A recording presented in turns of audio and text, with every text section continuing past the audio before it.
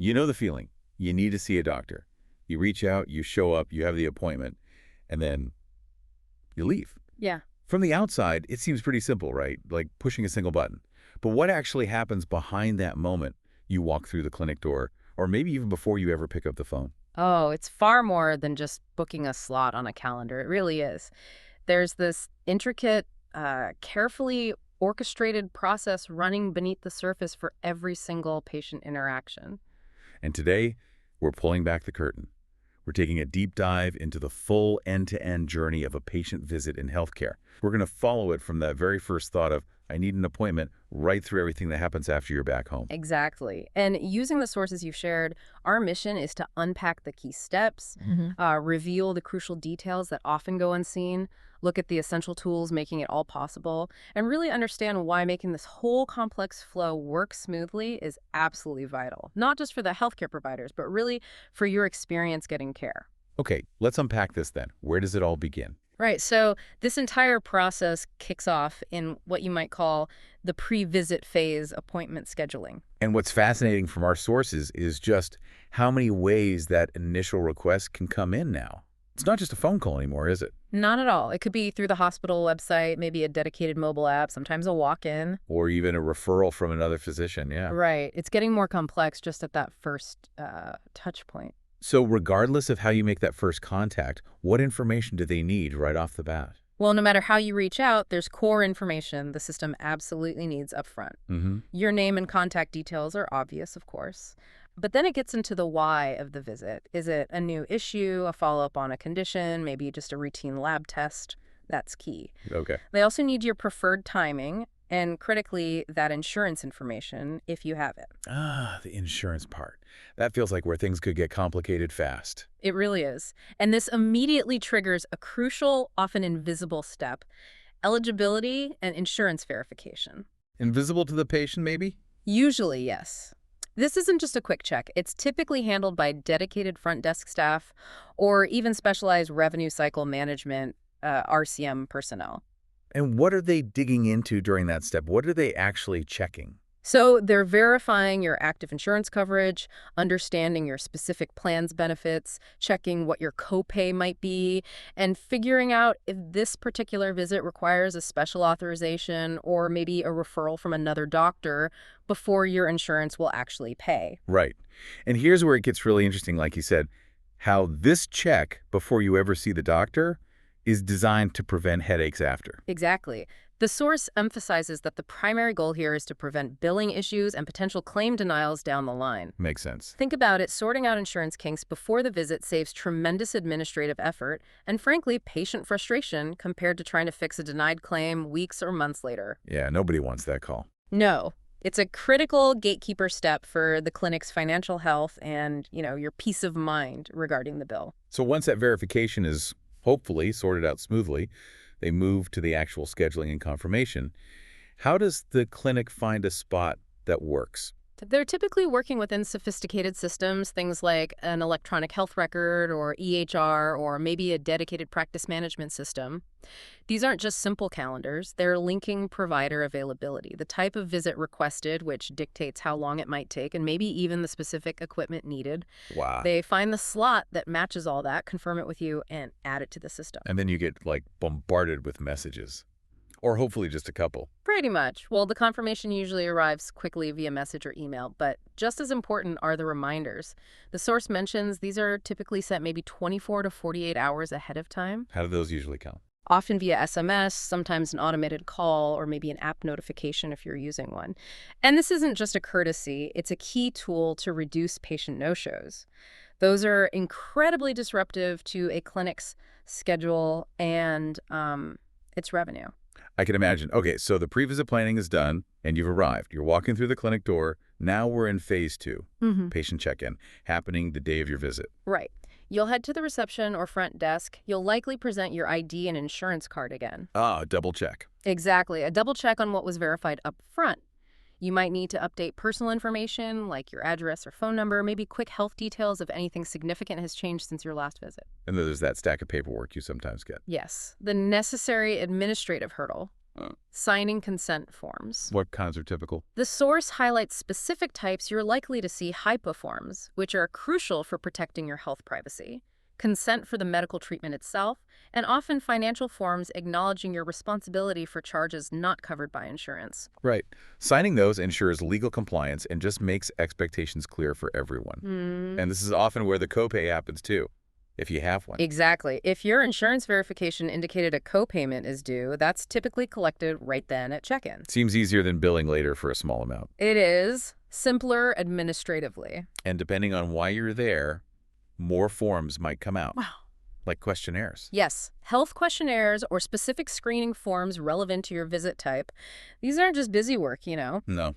What's the purpose? They're designed to gather crucial, timely information for the provider before they even step into the room. This could be an update to your medical history, detailed questions about your specific symptoms or reason for visit, maybe pain scales if that's relevant, or screening for conditions like depression. Okay, so it speeds things up for the doctor later. Precisely. And often, before you see the doctor, someone else takes some preliminary info. Right, like a nurse or medical assistant. That's the next step in the check-in flow. Vital signs and preliminary assessment. They'll measure things like your blood pressure, temperature, weight, maybe pulse or oxygen saturation. And that goes straight into the system. Immediately updated in your EHR profile. This is key because it gives the physician current, objective data points before their consultation. It makes their time with you more efficient and more informed. Right. All the preliminary work is done. You're finally in the exam room. Now we're entering phase 3, provider consultation. This is what most patients think of as the actual visit. This is really the core of it, yeah. This is where the provider evaluation occurs. The physician reviews everything gathered so far, your history, the questionnaires, the vital signs just taken. They discuss your symptoms, conduct a physical examination based on why you're there, and they bring all that information together. And based on that whole comprehensive picture, they figure out what's happening and what needs to be done next. Precisely. That leads to the diagnosis and treatment plan stage. The physician identifies the likely diagnosis and maps out the next steps. What kind of steps are we talking about? Well, the source mentions possibilities ranging from prescribing medication, ordering further tests like labs or imaging, maybe providing referrals to specialists, or simply scheduling a follow-up visit. It's the clinical decision-making hub, really. And the backbone of all of this, even during the consultation itself, is documentation, right? Yeah. Keeping track of everything. Absolutely critical. Every single interaction, every observation, decision made, prescription ordered, the entire treatment plan, it's all meticulously recorded in the EHR. The electronic health record again. Think of the EHR as the central nervous system connecting all these steps. Why such detail? Well, it's essential for legal and regulatory compliance, of course, but fundamentally, it's for continuity of care. Good documentation means any provider accessing your record later has a complete, accurate history. Which prevents errors and ensures everyone's on the same page over time. Exactly. Consistent treatment. So the consultation wraps up. You know the next steps. You head back out, usually to the front desk again. That shifts us into phase 4. Yeah. Post-visit processes. Right. Starting with checkout. This is where the administrative loop is kind of closed for the visit itself. You might schedule that follow-up appointment the doctor discussed, receive printouts of referrals or prescriptions, and perhaps get a summary document of your visit. And then, behind the scenes, the clinic starts the really complex process of getting paid for the visit. That's the billing and claims submission phase. This is where all the visit details recorded in the EHR are translated into a standardized language for payers, like insurance companies. Standardized language, you mean codes? Exactly. The source specifically mentions diagnosis codes. Those are the ICD-10 codes, which describe why you were seen, and procedure codes CPT or HCPCS codes, which describe what was done during the visit. So why and what. And these codes are absolutely crucial because they tell the insurance company everything they need to know. Or are supposed to know. Precisely. These coded claims are then submitted electronically to your insurance company. And this isn't a simple step either. Billing software validates these codes against complex rules set by each different payer. Ah, so it's not just sending a number. No. Once the insurance company processes the claim and pays their portion or denies it, which happens, the clinic then bills you, the patient, for any remaining balance that wasn't covered. It's a complex dance to get properly reimbursed. And the clinic's interaction with you doesn't necessarily end the moment you leave the building or even when you get your bill, right? There's more. Right. There's the ongoing follow-up. This can take many forms depending on what happened during the visit. You might receive notification of lab or test results, often securely through a patient portal these days, or sometimes via a phone call. Oh, You could get medication reminders or specific post-visit care instructions, and naturally, reminders for any future appointments that were scheduled. so it ensures you actually stay on track with the care plan. Exactly, it closes the loop. Wow. When you lay it all out like that, from that first online request maybe, all the way to that final lab result notification, you really see the layers. It's intricate. And all of this relies on specific tools, specific software, to make it happen smoothly. Absolutely. The source highlights different types of systems used throughout this workflow. For that initial scheduling and managing the calendar, they rely heavily on those EHR or practice management systems we mentioned, naming big players like Epic, Cerner, or Athena Health. Right, the big names. Mhm. And those helpful reminders we talked about, the texts or emails. Those often come from specialized patient engagement tools. These are systems designed specifically for communication. The source mentions examples like Clara or Solution Reach. Okay, and the entire billing and claims process sounds like it needs its own powerful software. It absolutely does. Medical billing software is essential here. You've got examples like Correo, Dr. Chrono, or AdvanceMD providing the tools to handle the coding, the claim submission, payment posting, the whole financial side. And increasingly, the visit itself might not even happen in person anymore, right? Exactly. So telehealth platforms are now integral parts of this workflow, allowing for virtual visits using systems like Doxy.me or perhaps Zoom for healthcare. And communication kind of tying it all together. How does that work? That happens through various channels, patient portals that are often integrated with the EHR, sometimes secure email, and those dedicated SMS platforms for sending reminders and basic information. Lots of moving parts. Looking at the sheer number of steps, the handoffs between different people, front desk, nurse, doctor, billing staff, and the variety of systems involved, it becomes incredibly clear why efficiency isn't just about, speed. It's more fundamental. It really is fundamental to delivering quality care and, frankly, running a viable practice.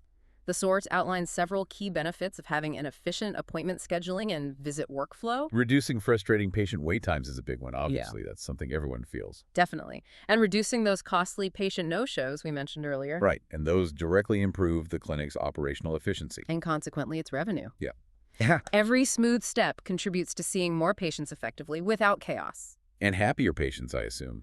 Less frustration means more satisfaction overall with their care experience. It directly enhances patient satisfaction. I mean, a confusing or cumbersome process just adds stress to an already potentially stressful situation, doesn't it? Absolutely. What about the staff who are managing all this? The people behind the scenes? Well, efficiency minimizes their workload, reduces a lot of manual effort, and significantly cuts down on potential errors. Errors that could cascade through the system, leading to billing denials or even patient safety issues. And connecting back to the billing side, it ensures the clinic gets paid correctly and on time. Yes, timely and accurate billing and payments are really the lifeblood of any healthcare provider. So what does this all mean when you put it together? It means that this complex, multi-step process, when it's designed and executed efficiently, it creates a smoother, more predictable experience that benefits everyone involved. You as the patient getting timely care, the providers focusing on medicine, not paperwork, and the clinic operating effectively and staying financially sound. We've just taken quite a journey, haven't we? Through this surprisingly intricate landscape that underlies what seems like a simple doctor's visit. Following the process from that initial request all the way through the crucial steps that happen long after you've left the building. And understanding these hidden layers, I think, gives you a much deeper insight into the healthcare system you interact with. It really highlights just why optimizing every single handoff, every check, every piece of documentation is absolutely essential for getting the care you need without unnecessary friction or delay. So here's something to think about. Considering the sheer volume of detailed information that has to be collected, verified, documented, coded, and then communicated, from just confirming your insurance details and capturing vital signs to translating everything into a language for payers and ensuring you get crucial follow-up messages. What does this level of meticulous coordination tell us about the vast infrastructure required to deliver even the most routine medical care? It's really something, isn't it? A lot to think about the next time you schedule an appointment.